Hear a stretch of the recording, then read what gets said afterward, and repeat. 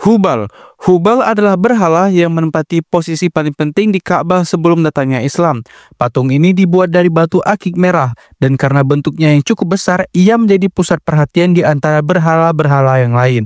Ada cerita menarik tentang Hubal, yaitu bagian tangan kanannya pernah patah. Lalu, masyarakat kafir Quraisy menggantinya dengan emas. Keberadaan Hubal sangat lekat dengan tradisi ramalan. Di hadapan patung ini, tersedia panah-panah khusus yang digunakan untuk mengundi ketika seseorang ingin mengambil keputusan besar, misalnya menikah, memulai perjalanan dagang, atau menentukan nasib dalam sebuah perselisihan. Mereka akan mengundi panah itu. Setiap panah memiliki makna tersendiri. Ada panah yang menandakan jalan itu boleh ditempuh, ada yang berarti sebaliknya ataupun ditunda, dan ada pula yang memberi syarat untuk tidak melakukannya sama sekali. Apapun hasil yang keluar, orang kafir Quraisy menerimanya tanpa ragu, karena bagi mereka itulah keputusan pasti yang tidak boleh dilawan. Al-Lat adalah salah satu berhala paling terkenal di Jazirah Arab, khususnya di kota Taif. Berbeda dengan Hubal yang berbentuk patung manusia, Al-Lat diyakini berbentuk batu besar berwarna putih. Orang-orang Taif membangun rumah ibadah di sekitarnya, menjadikannya pusat ritual dan tempat orang berdoa untuk meminta keberkahan. Ritual di sekitar Al-Lat cukup beragam. Ada yang datang dengan membawa persembahan makanan, ada juga yang menyembelih hewan khusus untuk dipersembahkan kepada Al-Lat. Orang Taif begitu menghormatinya, sampai-sampai wilayah sekitar batu besar itu dianggap area yang suci dan tidak boleh diganggu, karena mereka percaya Al-Lat bisa mendatangkan malapetaka jika tidak dihormati dengan benar. Karena statusnya yang sangat penting membuat berhala ini tidak hanya dikenal di kota Taif, tetapi juga oleh suku-suku lain di Arab Saudi. Al-Uzza. Al-Uzza adalah salah satu berhala paling terkenal di Jazirah Arab selain Hubal dan Al-Lat. Namanya berasal dari kata Al-Aziz yang berarti kuat atau perkasa. Orang-orang Arab percaya Al-Uzza adalah dewi yang memberi keberanian. Karena itu banyak kabilah yang menjadikannya tempat meminta doa sebelum pergi berperang atau menghadapi urusan besar. Berbeda dengan berhala lain yang berbentuk patung, Al-Uzza justru berupa 3 pohon besar di sebuah lembah bernama Nakhlah, yaitu daerah yang letaknya antara Makkah dan kota Taif. Pohon-pohon itu dianggap keramat dan di sekitarnya dibangun tempat ibadah. Setiap orang ingin berdoa, membawa persembahan, atau meminta keberanian, mereka bisa datang ke sana. Kepercayaan ini sudah bertahan cukup lama, sampai akhirnya dihancurkan pada masa penaklukan kota Makkah. Nabi Muhammad SAW memerintahkan Khalid bin Walid untuk merobohkan tempat ibadah Al-Uzza di Nakhlah. Manat. Manat adalah berhala tertua yang dikenal di Jazirah Arab sebelum datangnya agama Islam. Namanya diambil dari kata mania yang berarti takdir atau nasib.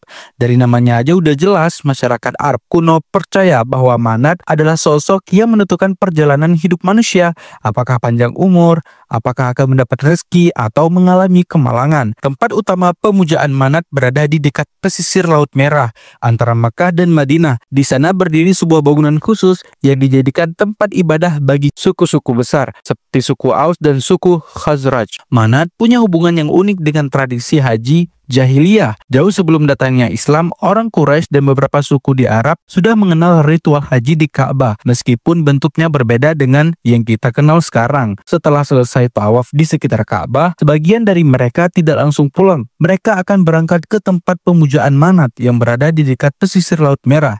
Di sanalah mereka mencukur rambut sebagai tanda tahalul. Bagi mereka, haji belum dianggap sempurna sebelum mampir ke Manat. Pada tahun 8 Hijriah setelah penaklukan kota Makkah, Nabi Muhammad SAW kemudian mengutus Ali bin Abi Thalib untuk menghancurkan berhala Manat dan menghentikan tradisi pemujaannya. Isaf dan Na'ilah. Isaf dan Na'ilah adalah pasangan berhala yang dipuja di sekitar Ka'bah. Kisah mereka berhubungan dengan legenda lama. Konon keduanya adalah manusia yang dihukum karena perbuatan dosa di Ka'bah dan kemudian berubah menjadi batu sebagai tanda peringatan. Dari situ mereka dijadikan objek pemujaan. Orang Quraisy percaya, mendekat dan memohon kepada Isaf dan Na'ilah sebagai bentuk untuk menghapus dosa atau membantu menghadapi masalah serius. Bahkan beberapa suku datang untuk menyentuh patung-patung ini atau membawa persembahan berharap bisa mendapatkan perlindungan dan pengampunan.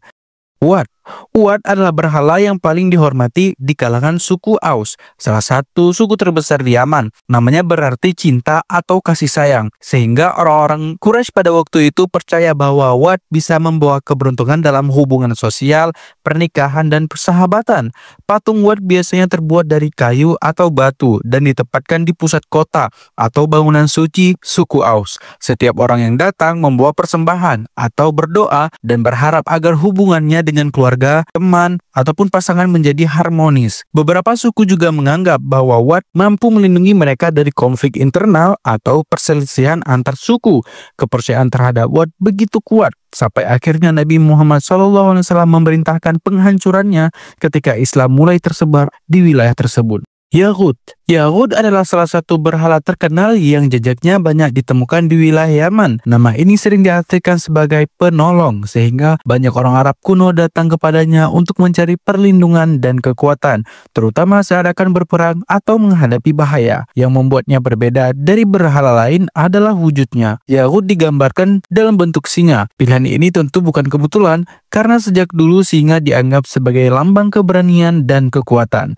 Dengan memuja Yahud, orang-orang percaya mereka akan mendapatkan semangat juang dan ketangguhan layaknya singa di medan pertempuran. Nama Yahud bahkan sering disebutkan dalam Al-Quran, yang menandakan bahwa berhala ini benar-benar memiliki posisi penting di kalangan bangsa Arab sebelum datangnya Islam. Nasr dikenal sebagai berhala berbentuk burung nasar, yaitu burung besar pemakan bangkai. Bagi orang Arab kuno, burung ini dianggap istimewa karena mampu melihat dari ketinggian dan bertahan hidup di lingkungan yang keras. Dari situlah muncul keyakinan bahwa Nasr bisa memberi perlindungan dan membawa pesan dari sesuatu yang tidak terlihat oleh manusia. Mereka yang datang menyembah Nasr biasanya berharap mendapatkan petunjuk sebelum mengambil keputusan penting atau meminta kekuatan agar selamat dalam perjalanan panjang melintasi gurun. Dengan menghormati Nasr, mereka percaya bisa terhindar dari kesialan dan diberi ketangguhan untuk menghadapi hidup yang berat.